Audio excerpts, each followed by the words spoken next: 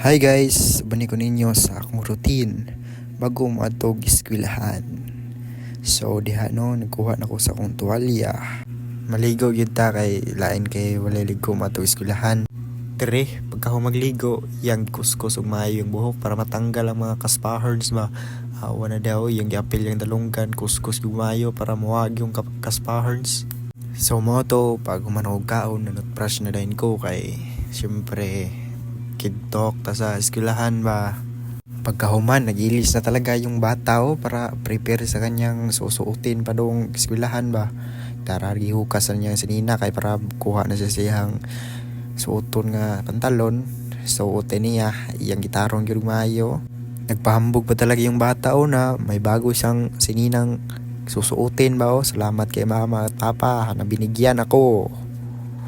So ang bata rito naglalagay na talaga ng pangpakinis sa kanyang buhok ko. Kuskus ug maayo dong. Ang bata rito ay naglalagay na naman ng pangpahumot sa kanyang buhok ko. Ala, kuskus dong. So kinuha na talaga ng bata ang kanyang bago. Padulong na nag-eskwelahan pasi na siya. Klaro kayo.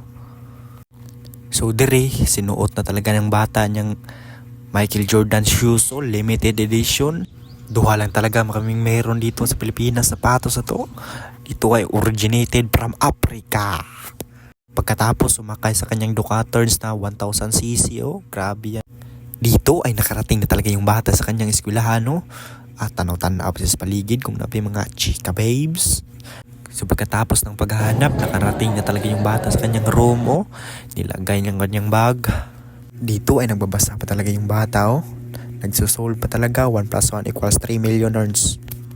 Dire kay nagresist naman kaon-kaon din ang bata para inon gwapo. Dito ay mga bata pa talaga sumusunod sa akin gusto pang magpa-picture pero ayaw ko. Kaya sumama na talaga sila sa amin para kami ay kumain na talaga ila sa cereal. Dito ay may event pa talaga yung junior high na Mapi Day kaya nakinood na lang kami. Grabe talaga yung lipay ng mga bata rito kasi sila daw yung nag-champion daw. Sila daw yung pinaka magaling sumayaw. Pagkahuman, umuwi na talaga yung bata sa kanyang balay Dito yung bata ay nag-prepare na talaga sa kanyang Ducatons 1 million cc 1 million na kay nakadaga naman tubo ng kuha ni cc. So maora to karon nga adlaw. Umuwi na talaga yung bata sa kanyang tahanan at nakarating at wala ng video. Oh yeah, kasi nalubat na yung bata.